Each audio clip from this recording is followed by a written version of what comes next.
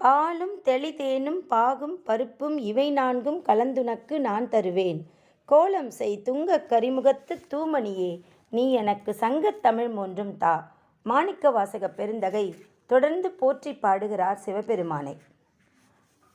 இரும்புலன் புலர இசைந்தன போற்றி அப்படிங்கிறார். இரும்புலன் அப்படிங்கிறத இவர் நம்மளுடைய புலன்களை தான் சொல்கிறார். நம்ம புலன்களை எல்லாம் என்ன பண்ணுது அப்படின்னா, ஐம்பொறிகளும் எல்லாவற்றையும் நுகர ஆசைப்பட்டு தேவையில்லாததெல்லாம் மனசை செலுத்தி கடைசியாக என்ன ஆகும், நம்ம இறை சிந்தனையை விட்டு டைவர்ட் ஆகிடுவோம். மனிதனுடைய இயற்கை அது. ஆனால் நீ என்ன பண்ணுற அப்படின்னா, அருளை பொழிந்து இரும்புலன் புலர. இரும்புலன் புலரன்னா, நீ நேராக திருப்பரந்துறைக்கு வந்த, எனக்கு காட்சி கொடுத்த, என் ஒரு புலனான கண்களால் உன்னை நேராக பார்த்து தரிசனம் பெற்றேன். அப்புறம் என்ன பண்ண, என் செவிகளில் நீ உபதேசம் செய்தாய். அப்போ இரண்டாவது புலன்களான செவிகளால் நான் உன்னுடைய உபதேசத்தை பெற்றேன்.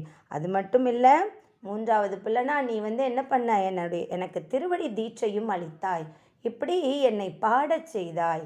இப்படி எனக்கு என்ன செய்தன்னா, ஐம்புலன்களும் டைவர்ட் ஆகாமல் புலர இசைந்தன போற்றி, என்னை இசைய வைத்தாய். இசைந்து செய்யறது அப்படிங்கிறது இன்னொருத்தவங்க நம்மளை வற்புறுத்தி செய்ய வைக்கிறது இல்லை. அது நமக்கு பிடிக்குதோ பிடிக்கலையோன்னு செய்யும்போது நமக்கு அது அவ்வளோ ஈடுபாடு இருக்காது. ஆனால் நீ என்ன தெரியுமா பண்ண, என்னுடைய புலன்களை எல்லாம் மனசால் என்னை மாற்றி அருள் பொழிந்து உன் அருளை உணரச் செய்தாய். அதனால் என்ன ஆச்சு, என்னுடைய புலன்கள்லாம் இசைந்தனை. இசைக்கு இசையாதவர் இருப்பார்களா அப்படின்னு கேட்பாங்க இல்லையா. இசையிறது அப்படிங்கிறது நம்மளே ஆசைப்பட்டு நம்மளே மனசாக ஈடுபடுறது. அதனால் இரும்புலன் புலர இசைந்தன போற்றி, அழகாக இசைய வைத்தாயே, உன்னை வணங்க வைத்தாயே, உன் பால் என் சிந்தனையை செலுத்த வைத்தாயே, அப்படிப்பட்டவனே போற்றி. படி உற பயின்ற பாவக போற்றி. அப்படின்னா நீ விதவிதமாக வந்த. படி உற பயின்ற அப்படின்னா, இந்த உலகில் வாழ்கின்ற ஜீவன்கள் சிவபெருமானின் பக்தர்களாக இருந்தால் நீ செய்கிற, சிவபெருமானை பற்றி தெரியுதோ தெரியலையோ, ஈவன் ஒரு பன்றிக்குட்டிக்கு நீ தாய்ப்பாலாக கொடுத்தியே, நீ எவ்வளவு கருணையானவன். கருங்குருவிக்கு நீ உபதேசம் அளித்து அப்படி மதுரையில் போய் அந்த கருங்குருவிக்கு அருளினாயே. எப்படி நீ என்ன செய்கிறன்னா, வேறு வேறு வடிவங்கள் எடுத்துக்கொள்கிறாய். நீ வெறும் மனித வடிவம் அல்ல, பன்றியாக வருகிறாய். இப்படியெல்லாம் நீ அருள் புரிகிறாய். மண்ணிடை உயிர்கட்கு அருள் புரிந்தவனே போற்றி. அதுதான் இந்த வாசகத்துக்கு பொருளானது. அடுத்தது என்ன செய்கிற, அடியோடு நடு ஈராய் ஆனாய் போற்றி.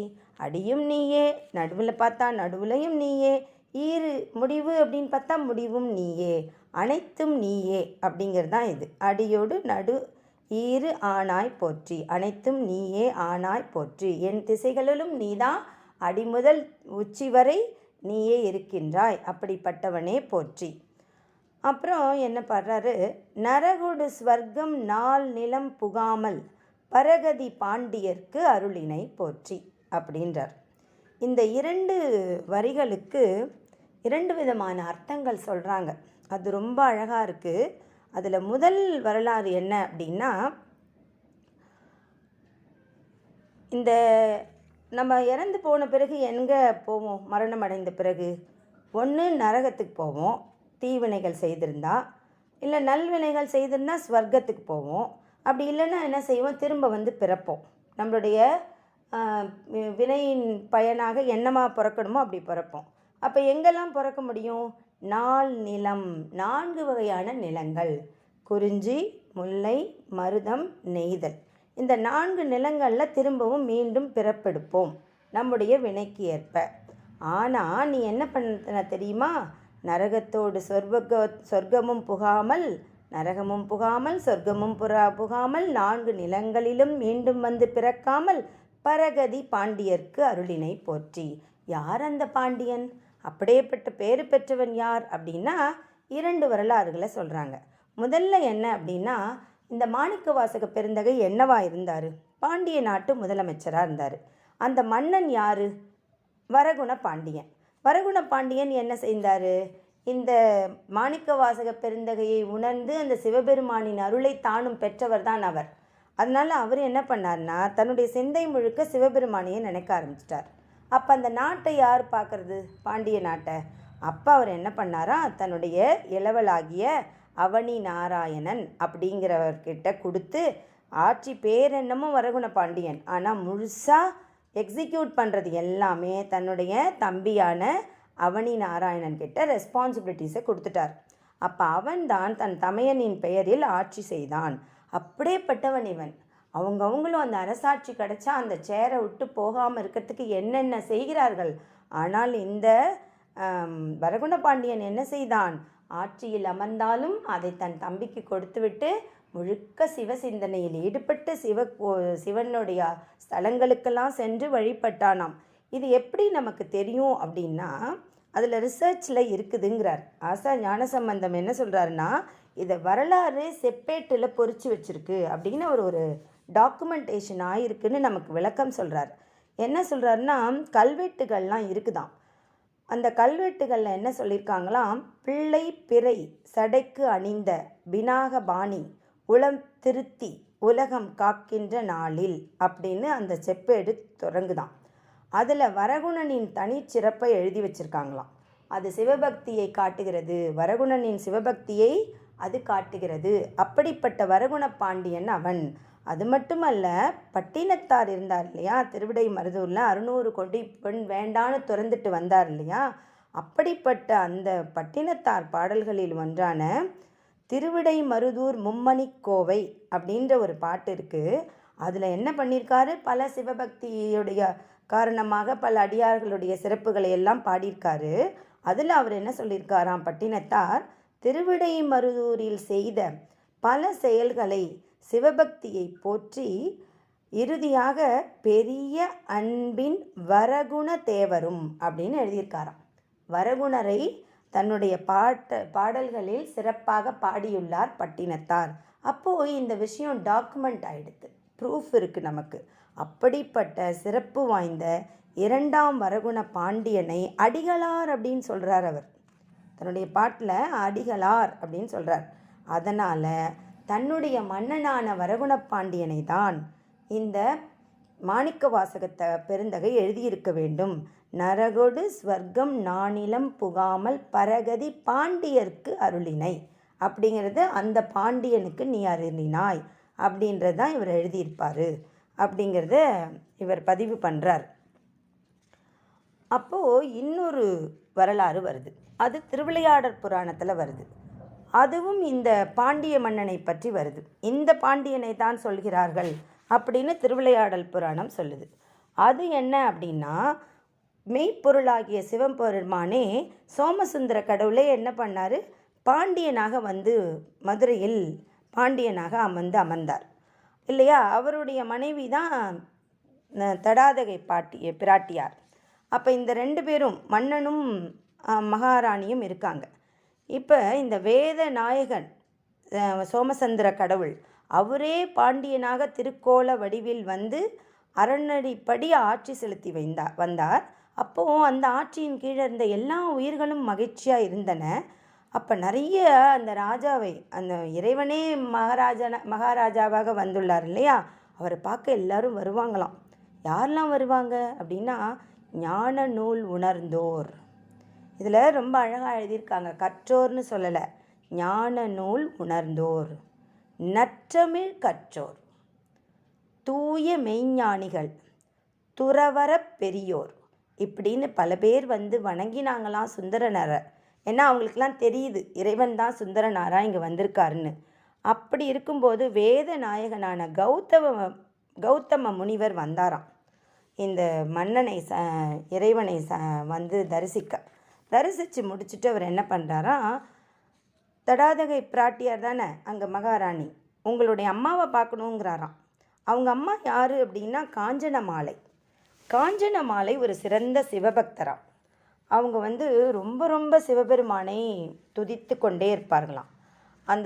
அந்த காஞ்சனமாலையுடைய கணவனாகிய மலையத்துவச மன்னன் அவர் வந்து இறைவனடி சேர்ந்துட்டார் ஆல்ரெடி. அதனால் இவங்களை வந்து பார்க்க வந்திருக்கார், இந்த அம்மையாரை பார்க்க முனிவர் வரார். அந்த முனிவரை ரொம்ப அழகாக கவனிக்கிறாங்க, மரியாதையோட வணங்கி வழிபட்டு கவனிக்கிறாங்களாம் காஞ்சனமாலை. அப்போ அவங்க அந்த முனிவர்கிட்ட ஒரு டவுட் கேட்குறாங்களாம். ஐயனே, ஐம்பொருள்களை கடந்த வேதம் யார் அப்படின்னா பரமசிவன். அவரை நீங்கள் தெளிவாக உணர்ந்த பரஞானி, ஒரு பெரிய மகா ஞானி. நீங்கள் எனக்கு ஒன்று சொல்லணும். என்ன தெரியுமா? பிறப்பின் தொடர்பை நீக்க வல்ல உபாயத்தை எனக்கு உபதேசித்து அருள வேண்டும் அப்படின்னு வேண்டிக்கிட்டாங்களாம் அந்த தாய். அப்போது இந்த முனிவர் சொல்கிறாராம், ரொம்ப சந்தோஷம் அவருக்கு. ஏன்னா யார் காஞ்சனமாலையன்கிட்ட இந்த சந்தேகத்தை கேட்டிருக்காங்களே, அவங்க யார் அப்படின்னு சொல்லிட்டு அவர் சொல்கிறாராம், வீரத்தின் திருவிளக்காய் ஒளி வீசிய மலையத்துவச மன்னனின் கரம் பிடித்த கற்புக்கரசியே, நீ எப்படிப்பட்ட மாதவம் செய்தாய் தாயே? நீ காஞ்சனை அப்படின்னா சாதாரண காஞ்சனையா? நீ எவ்வளவு தவம் பண்ணியிருந்தா அகிலத்திற்கே அன்னையான தடாதகை பிராட்டியார் தங்களுக்கு திருமகளாக பிறந்துள்ளாளே. அதனால் நீ யாரு? அன்னைக்கு அன்னை. அன்னையே உன் மகளாய் வந்து பிறந்திருக்கா. அது மட்டுமல்லாமல் என்ன, இந்த உலகத்தின் அம்மை அப்பன் யாரு? சிவபெருமான்.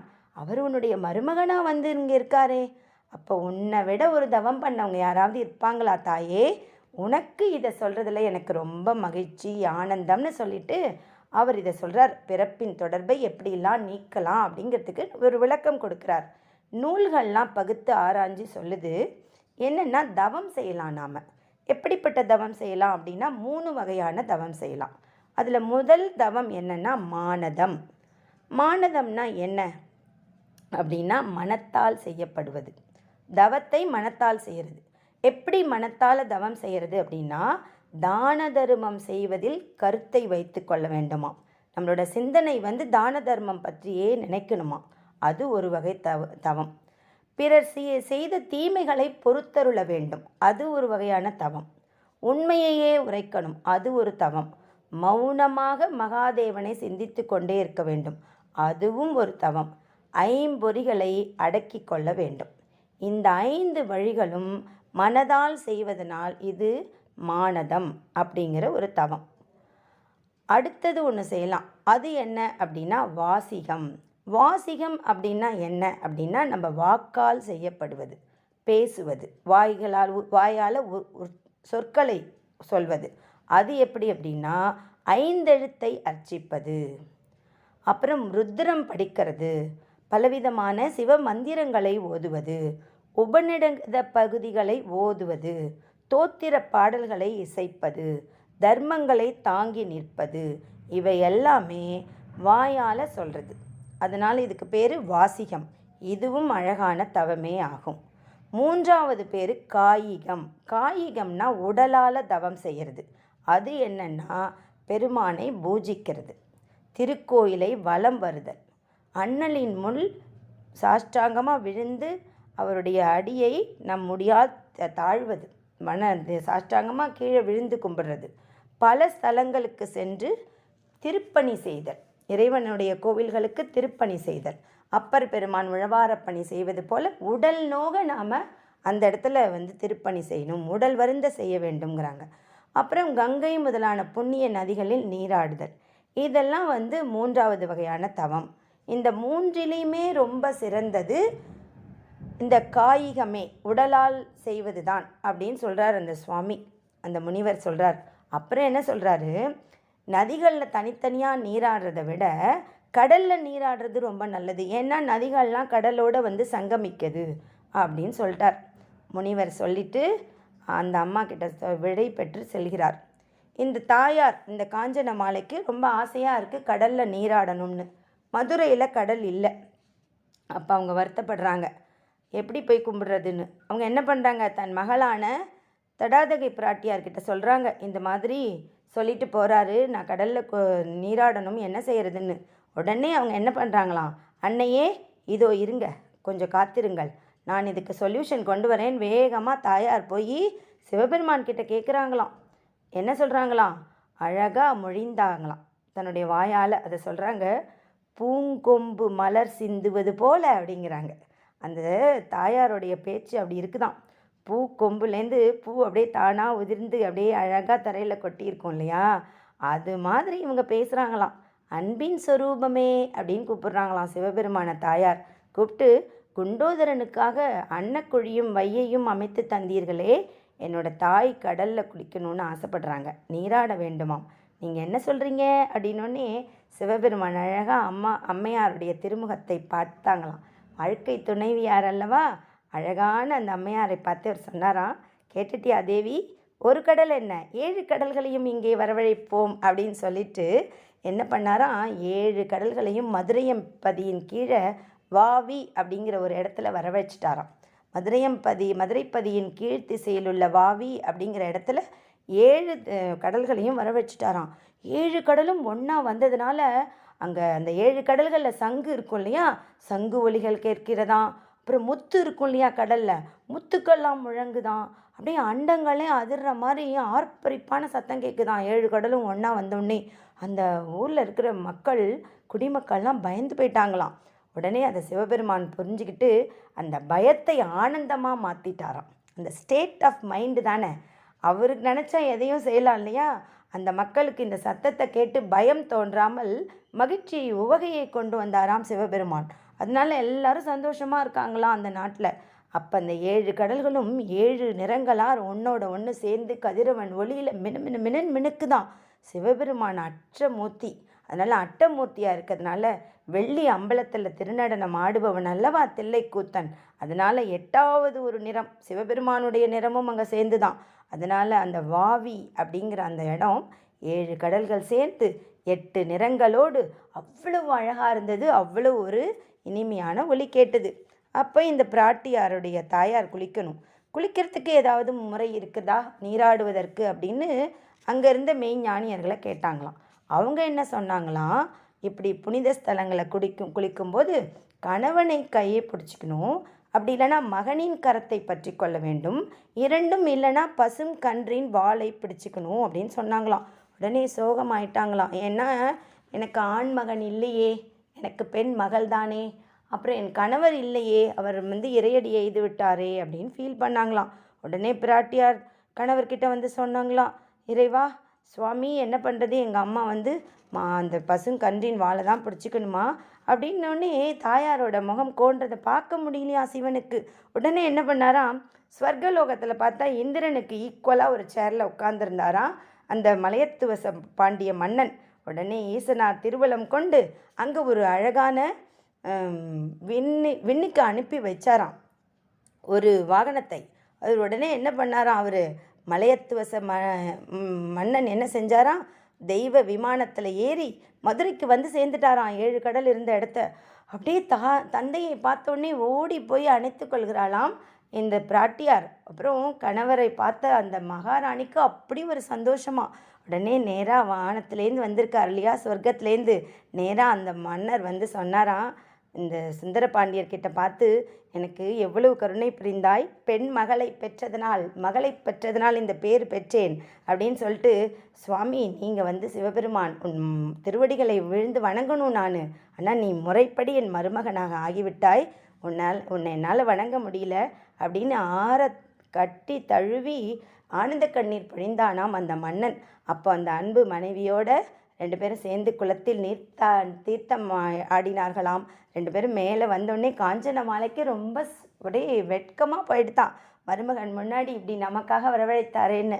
அப்போ அந்த பாண்டிய மன்னன் சொன்னானா, நீ எவ்வளவு கருணை புரிந்தவன், நான் ஸ்வர்க்கத்தில் உட்கார்ந்துருந்தேன், என்னுடைய மகளின் பொருட்டு என் மனைவிக்காக நீ இங்கே கொண்டு வந்தியே, இறந்தவரை சொர்க்கத்திலிருந்து மீண்டும் கொண்டு வந்தாயேன்னு அப்படி நன்றி செலுத்தினானாம் அந்த மன்னன். அப்போ இவர் என்ன பண்ணாராம், ஒரு விமானத்தை வரவழைச்சாராம். விமானம் வந்ததான் அங்கேருந்து. இவங்க 2 பேருமே நீங்கள் போகலாம் அப்படின்னு சொல்லிட்டாராம். அழகாக அவங்க 2 பேரும் அப்படியே ஆதி நாயகனை வணங்கி விட்டு அறநெறிப்படி அப்படியே கிளம்புனாங்களாம். அற அற அற அற அற அரன்னு சத்தம் கேட்குதான் 2 பேருக்கும். அப்படியே காஞ்சன மாலையும் அந்த மன்னனும் 2 பேரும் விமானத்தில் ஏறி தேவர்கள் பூமழை பொழிய தூய மறைகள் பாட துந்துபிகள் முழங்க அற அற அற அற அற அரன்னு 7 கடல்களும் அலைகளும் காற்றும் அப்படியே ஒலிக்க 2 பேரும் மகிழ்ச்சியாக போய் அப்படியே இந்த இறைவன் நமக்கு எப்படி அருளினாரே அப்படின்னு செஞ்சு மகளை பெற்றதனால், உமாதேவியை மகளாக பெற்றதனால் திருமகள் அல்லவோ அவள், திருமகளை மகளாக பெற்று உமை நாயகனை மருமகனாக கொன்றதை விட நமக்கு வேறு பேறு கிடைக்குமோ என்று இருவரும் வீடு பேறு அடைந்தனராம். அந்த பாண்டிய மன்னனுக்கு நீ நரகத்தையும் அழிக்காமல் ஸ்வர்க்கத்தில் இருந்தவனை மீண்டும் அழைத்து புனித நீராடச் செய்து நான் நிலங்களிலும் பிறக்க வைக்காமல் அவர்களுக்கு வீடு பேறு அளித்தாயே, அப்படிப்பட்ட அருளை நீ புரிந்தாயே அப்படின்னு அதை தான் இவர் பாடியிருக்காரு அப்படின்னு சொல்கிறாங்க. எப்படி இருந்தாலும் இறைவனை வேண்டினால் நரகொடு ஸ்வர்க்கம் நாள் நிலம் புகாமல் பரகதி பாண்டியர்க்கு அருளினை போற்றி அப்படின்னு பாடுறார். அப்படிப்பட்ட சிவபெருமானை நாமும் போற்றுவோம், அவனருள் பெறுவோம். திருச்சிற்றம்பலம், திருச்சிற்றம்பலம், திருச்சிற்றம்பலம்.